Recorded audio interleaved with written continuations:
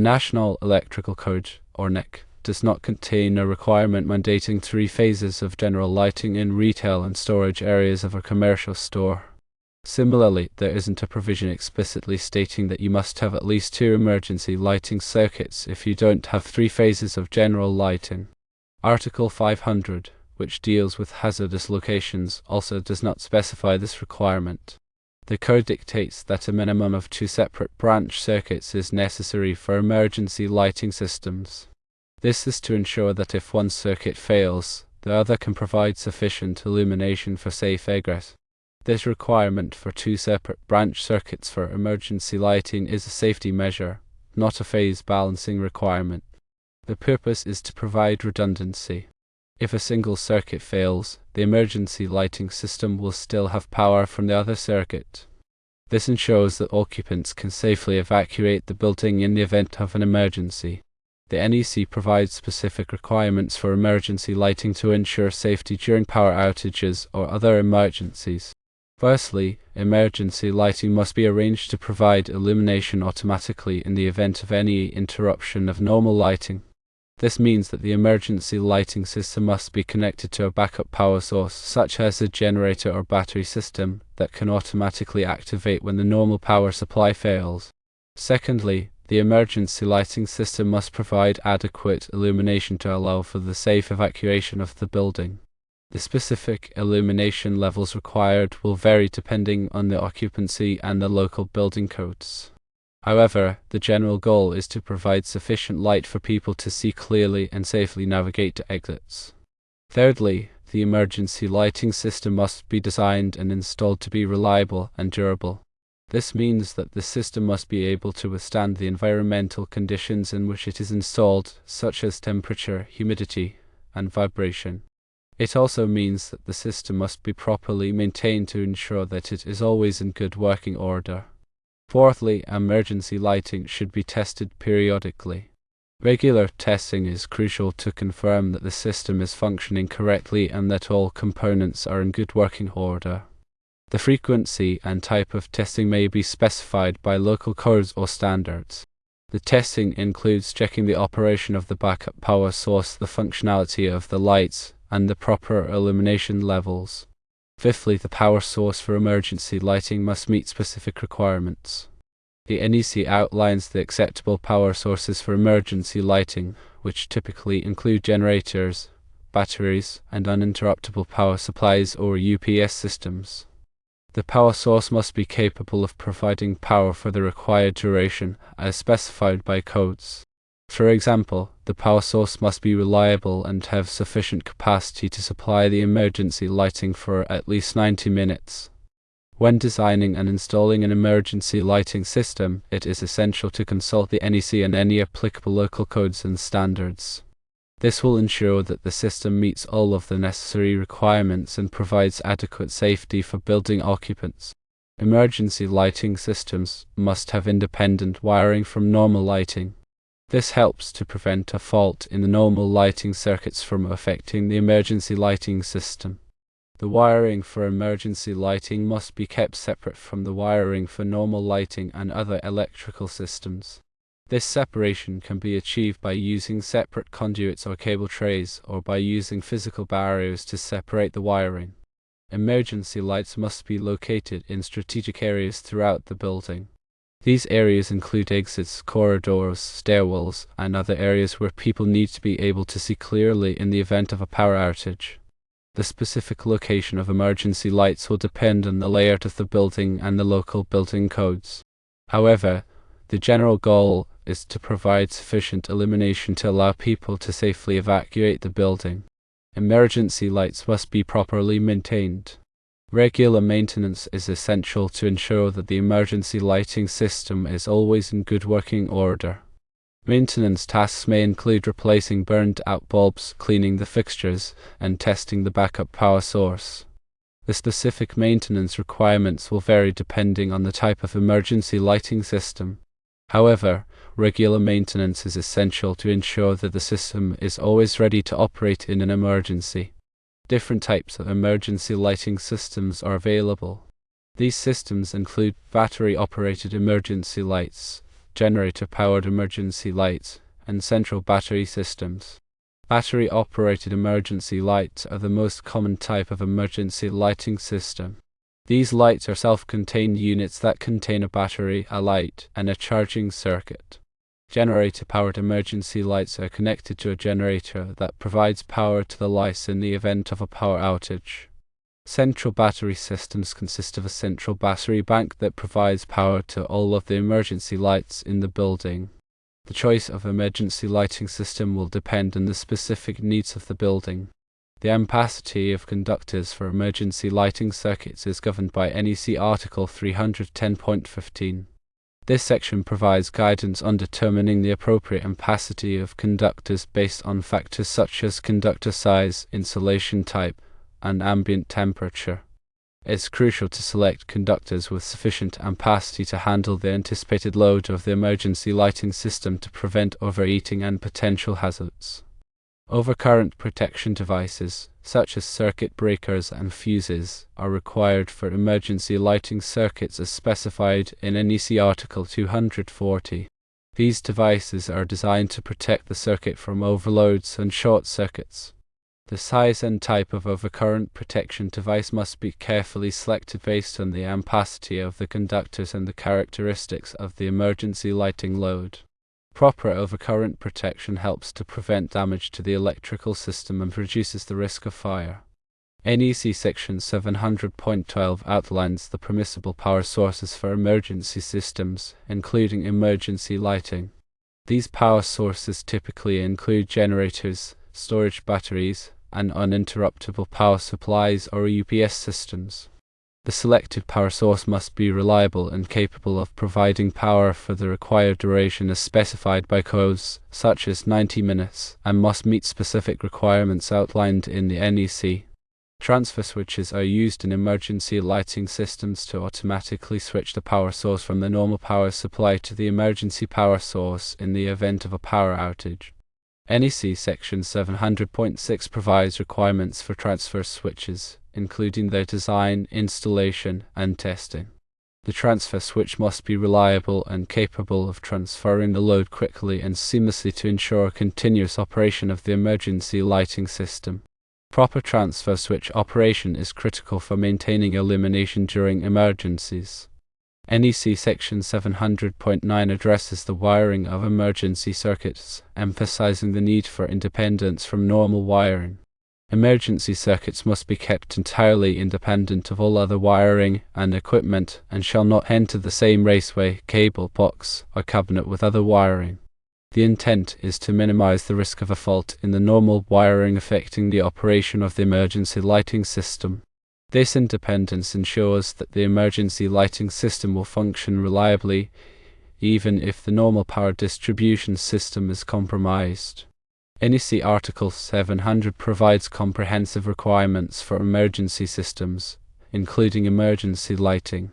It's important to consult this article and any applicable local codes and standards when designing, installing, and maintaining emergency lighting systems to ensure compliance and safety. The NEC provides a minimum standard for emergency lighting systems.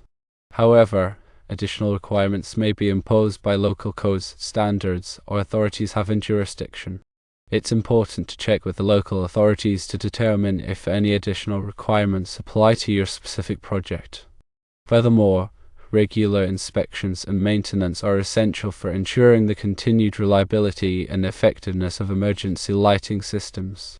This includes periodic testing of the system, replacement of batteries, and inspection of wiring and connections. Proper maintenance helps to identify and address potential problems before they can compromise the system's performance. Emergency lighting design should consider the specific needs of the building and its occupants. Factors such as the size and layout of the building, the occupancy type, and the potential hazards should be taken into account when selecting and placing emergency lighting fixtures. The goal is to provide adequate illumination to allow for the safe evacuation of the building in the event of an emergency. Emergency lighting systems must comply with applicable product safety standards, such as those established by underwriters' laboratories, or all. These standards ensure that the equipment used in emergency lighting systems is safe and reliable. Look for products that are listed or certified by a recognized testing laboratory to ensure compliance with these standards. Emergency lighting plays a crucial role in life safety, particularly in commercial buildings. It provides essential illumination during power outages, allowing occupants to safely evacuate the building. Understanding the NEC requirements for emergency lighting is essential for electrical professionals and building owners to ensure compliance and safety. The National Fire Protection Association, or NFPA, also publishes standards related to emergency lighting. NFPA 101, the Life Safety Code, provides requirements for emergency lighting in various types of occupancies. It's important to be familiar with both the NEC and NFPA standards when designing and installing emergency lighting systems. Emergency lighting requirements may vary depending on the specific occupancy of the building. For example, hospitals, schools, and assembly occupancies may have more stringent requirements than office buildings or retail stores. It's important to understand the specific requirements that apply to your particular occupancy. The use of light-emitting diode, or LED, technology in emergency lighting systems has become increasingly common in recent years. LED lights offer several advantages over traditional light sources, including lower energy consumption, longer lifespan, and improved reliability. When selecting LED emergency lighting fixtures, be sure to choose products that are specifically designed for emergency lighting applications and that meet applicable standards. The placement of emergency lighting fixtures should be carefully considered to ensure adequate illumination throughout the building. Fixtures should be located along exit routes, in stairwells, and in other areas where people need to be able to see clearly in the event of a power outage. The spacing between fixtures should be based on the light output of the fixtures and the illumination levels required by code. In addition to providing illumination, emergency lighting systems may also include audible alarms to alert occupants of an emergency. These alarms can be activated automatically when the power goes out or manually by building staff.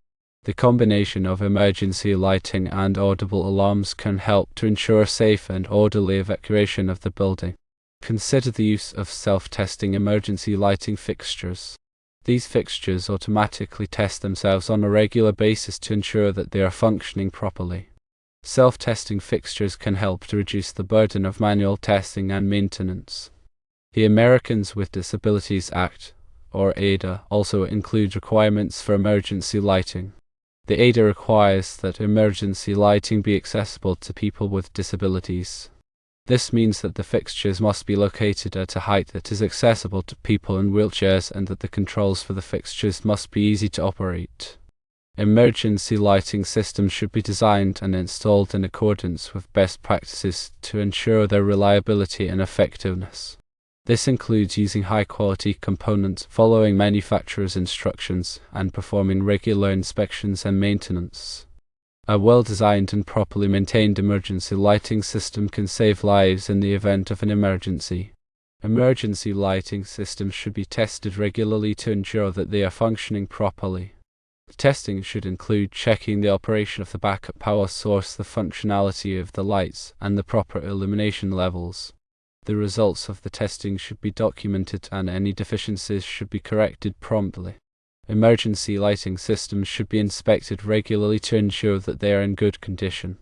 The inspection should include checking for damaged or missing components, loose wiring, and corrosion. Any problems that are found should be corrected promptly. Emergency lighting systems should be maintained in accordance with the manufacturer's instructions. This includes replacing batteries, cleaning the fixtures, and lubricating moving parts. Proper maintenance will help to ensure that the system is reliable and will extend its lifespan. Emergency lighting systems should be properly documented. The documentation should include the system design, the installation records, the testing results, and the maintenance records. This documentation will be helpful for troubleshooting problems and for ensuring that the system is properly maintained. Emergency lighting systems should be designed and installed by qualified professionals. This will help to ensure that the system is compliant with all applicable codes and standards and that it will function properly in an emergency. The two separate branch circuits for emergency lighting is a critical requirement to ensure redundancy and reliability. If one circuit fails, the other circuit will continue to provide power to the emergency lights. This redundancy helps to ensure that occupants can safely evacuate the building in the event of an emergency. Consider the environmental conditions when selecting emergency lighting fixtures. If the fixtures will be exposed to harsh conditions such as extreme temperatures or humidity, you should choose fixtures that are specifically designed for those conditions. The goal is to ensure that the fixtures will function reliably even in adverse environments. When selecting emergency lighting fixtures, consider the aesthetics of the building. While functionality is the primary concern, you should also choose fixtures that are visually appealing and that complement the overall design of the building.